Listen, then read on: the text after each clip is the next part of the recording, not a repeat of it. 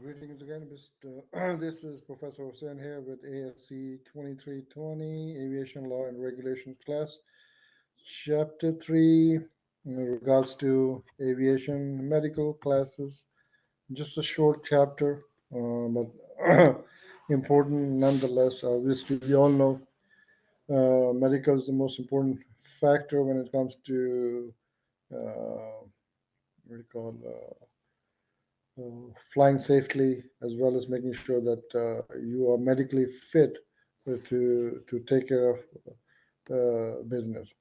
Purpose obviously ensure they have practical working knowledge of how to analyze various aeromedical problems and dilemmas and arrive at the best solution or course of action.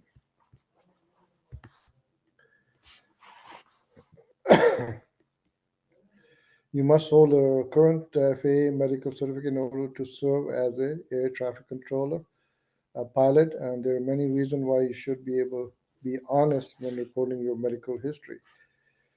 When applying for a medical, you must give FAA written permission to access your records in National Drivers Registry and National Criminals Information Center.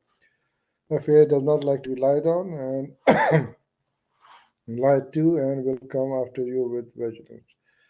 Our system depends on open honesty. That means when it comes to records, you should be able to present FAA with your medical records. And if you already have a medical certificate and you're already flying, that means, God forbid, something happens, there's some medical issues that may restrict your certificate.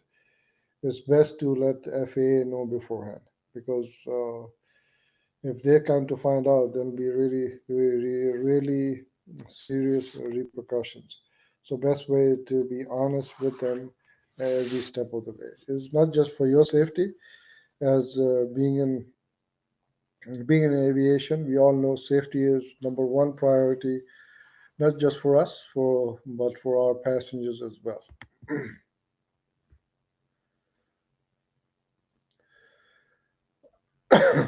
What three types of medicals are not required to receive three types of pilots are not required to have medical. There's balloon gliders as well as sports pilots certified that they have no conditions. What FAA governs medicals? That's FAR Part 67. What five basic health questions is FAA looking to hear answers about you?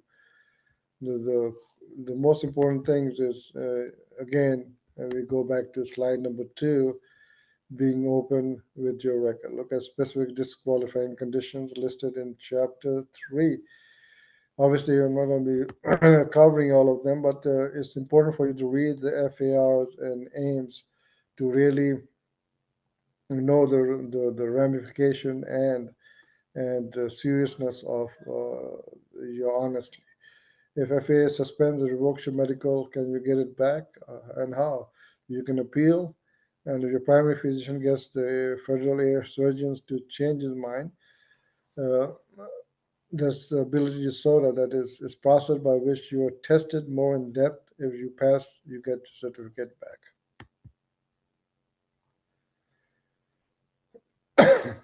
Special issuance. If you and your physician approve to FAA federal surgeon, that air surgeon, that you are that you are an acceptable risk to flight, they may reinstate your certificate. What used to be the one medically disqualifying event that SI could not be issued for? Insulin treated diabetic mellitus, ITDM. You can still qualify for the third class medical even if you have ITDM.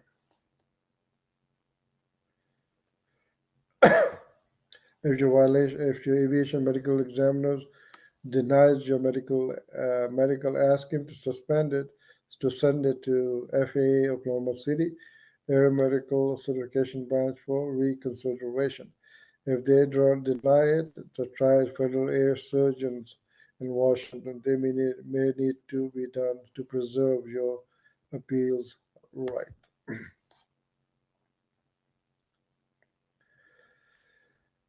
You can appeal it to TSP and ALG, which is will hear the case. If the appeal is from FAA order of suspension, revocation of your medical, then the FAA has to prove with preponderance of evidence you are unfit. FAA has denied your application for medical, then you have to prove with preponderance of evidence. So either way, you have to prove it to them or they have to prove it to you to get your medical certificate back.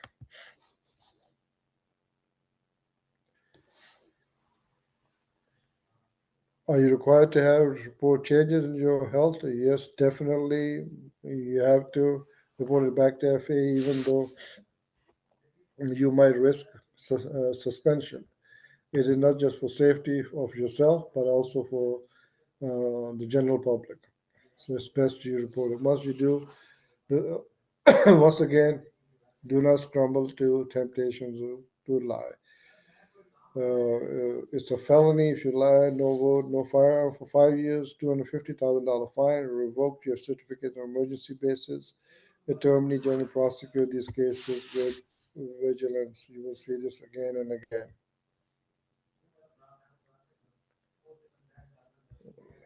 Let's go a bit closer to this one.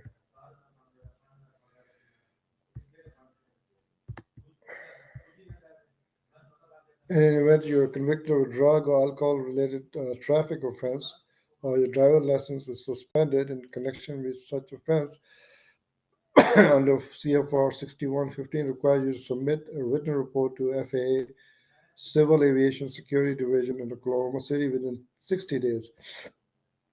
Failure to do so may result in emergency suspension of your certificate. Event number two, you experience a health problem and you hold a current aviation medical. Is it one of the specific disqualifying condition or vision or hearing? If yes, refrain from exercising privileges. Consider petitioning FAA for special assurance of if condition is corrected or controlled. If no, ask, can, can condition be lead to incapacitation or impair your judgment? If yes, refrain from exercising the privileges. If no, then ask the medical board. So that's the best way to do is at the end of the day, be honest.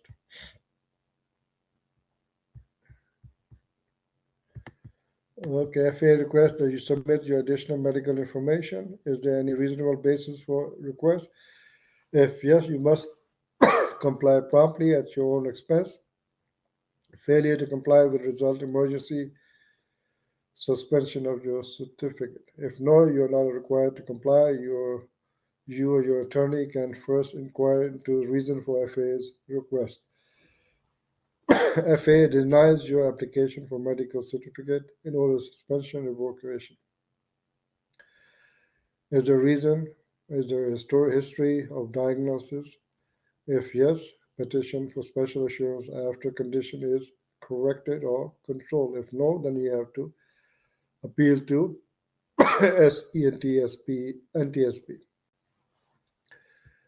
If there's any other medical disqualifying condition, if yes, you ask your physician when they strongly believe your condition will get better with medication and treatment. If no, is there any other reason? If the is the reason a vision or hearing defect? If so, request a special FAA medical flight test. So you can see how important it is for us as aviators to be honest with not just self-reporting, but also making sure that you are keeping abreast with all the rules and regulations with regards to medical and its ramification.